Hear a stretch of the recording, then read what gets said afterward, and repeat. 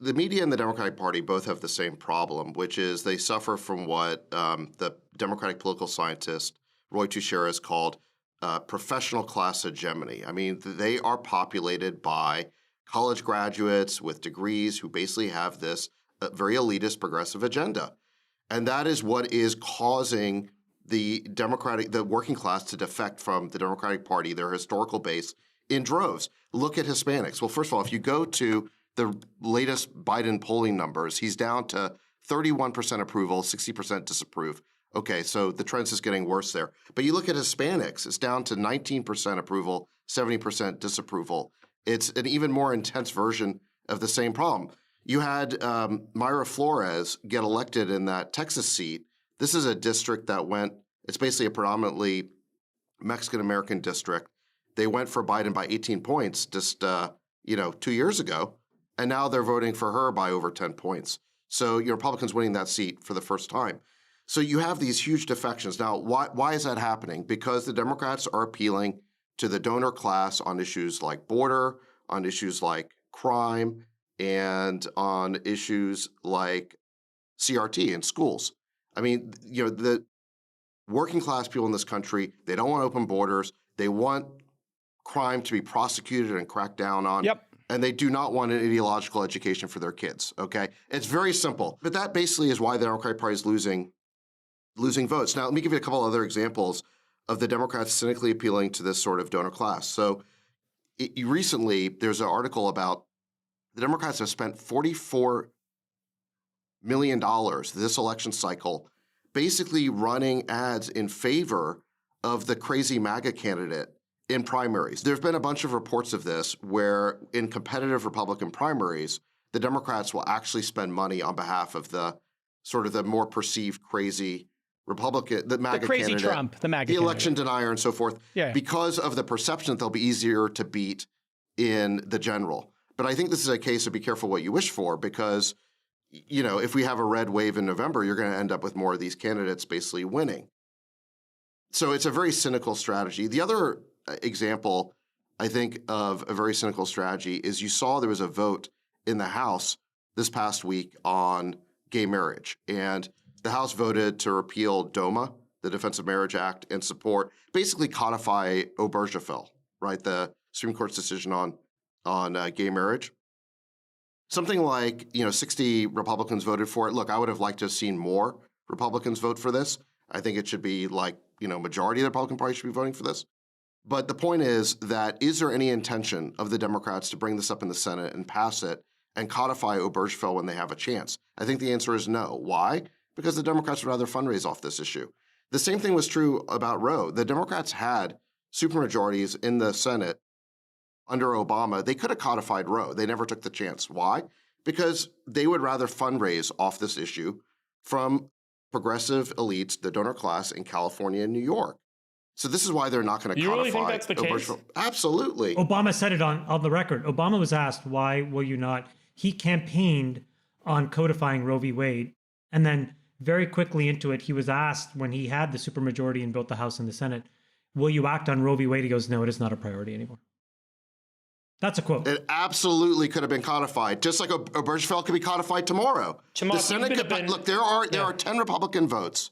There are 10 Republican votes at least for this in the Senate. You have a filibuster-proof supermajority in the Senate who would support this. The same Republicans who supported the gun restriction bill that Biden just signed and that supported the infrastructure bill. You think they could codify abortion rights in this country right now if they wanted to? No. That moment has passed. That moment's passed. I'm not saying Republicans would never give women the right. No. Look, there's not a supermajority in the Senate anymore for codifying Roe. There is a supermajority right now for codifying Obergefell.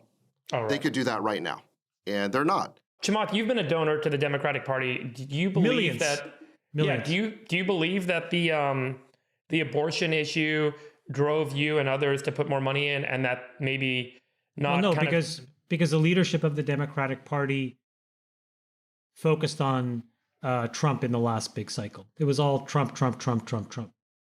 Do I think that more grassroots fundraising focuses on that, or gun rights, or But do you think what Sachs is abortion? saying is true, that they actually held off on trying to codify Roe so that they could continue to support Again, fundraising? I'm just going to give you the quote. because there's no opinion needed. Okay? April 29th of 2009, President Barack Obama says on Wednesday, he favored abortion rights for women, but that passing a law guaranteeing these rights were not his top priority. I believe that women should have the right to choose, Obama told a news conference marking his first 100 days in office, again, when he had supermajorities in both the House and the Senate. But I think that the most important thing we can do to tamp down some of the anger surrounding this issue is to focus on those areas we can't agree on. So you make a promise, you get into the seat of power, you have the decision on what your legislative agenda should be, and he made that calculation. And David is right, sadly, that it was in a moment where we had a clear line of sight to codifying many of these rights. Yeah, but the question, Friedberg, hold on. That's not the question that Friedberg is asking. He's saying, do you think that they specifically did this to keep it as an open issue to raise money off it? I don't think that's believable. Oh, yeah, absolutely. No way. And absolutely. If you want to talk about cynicism, Sachs, the truly cynical move was, Trump saying, I am going to get this evangelical vote to win the primaries, to get those 20% who want to take away the right for women to have an abortion. And I'm going to stack the Supreme Court to actually achieve that goal. That's the most cynical of all of this political stuff. Okay, let's define terms. You want to go political and cynical. Hold on a second. Let's define terms. So you may be opposed to what Trump did, but that wasn't cynical. He stated what he was going to do when he ran for office, and then he did it. He lived up to his promise. Yeah, but somebody he did not believe in that. He did not believe in that. He did it specifically to get those votes. We all know he didn't believe in it. We all know he believes in a women's right to choose. Jason, he created a platform to get elected. Yes, that's what I'm saying. And then when he was elected, he executed on that platform. I think what David Sachs is saying is Obama had a platform to get him elected, and when Obama had to choice, he chose to not execute on the platform. And that is also true. And all I'm just saying is we owe it to ourselves to be intellectually honest about what happened. That is what happened, okay? Right. Both of these two guys made claims. Hold on one second.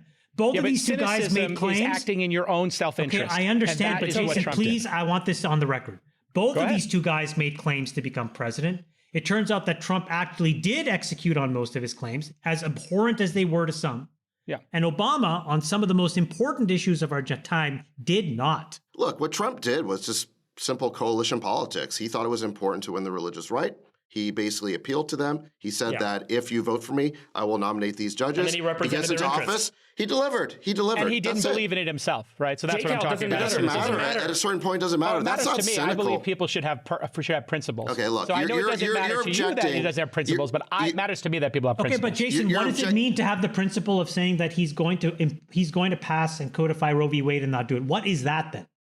I think well, listen, the quote you gave doesn't give why he didn't do it. He didn't make it a priority. He did. It could also, hold on, let me finish.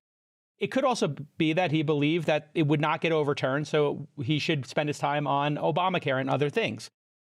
I'm saying cynicism is when you believe one thing and then you do something to act in your own self-interest, and that's what I think. That's what I think Trump did. Hold on a second. We don't need to go back all the way to the Obama administration, because the issue I'm talking about today is that in the past week they had a vote codifying Obergefell on gay marriage and repealing DOMA. Okay. Right. So now listen, I actually think there were so many Republican votes in the House, even though I would have liked to have seen more.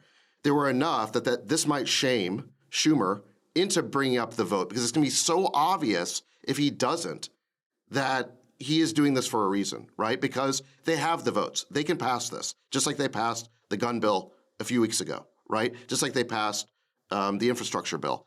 So if Schumer doesn't bring this up, it's a very cynical move. You think it's strategically to have that as an issue to phrase funding? I get it. Of course, and it's really proof. Listen, do you think both sides are cynical?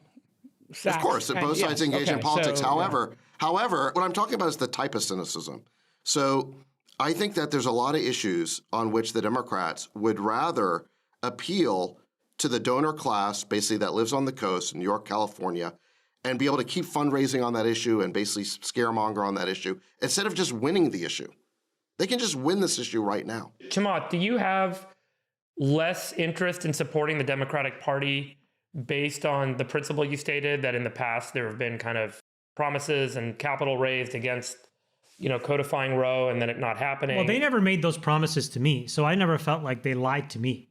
Mm-hmm.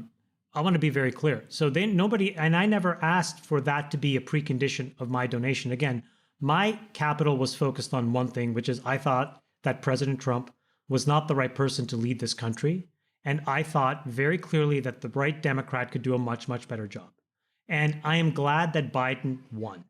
And I'm glad that the money that I put in, maybe in any small way, but hopefully in some reasonable, non-trivial way, helped. And I'm glad that that money helped even out the Senate. I'm glad all of those things happened.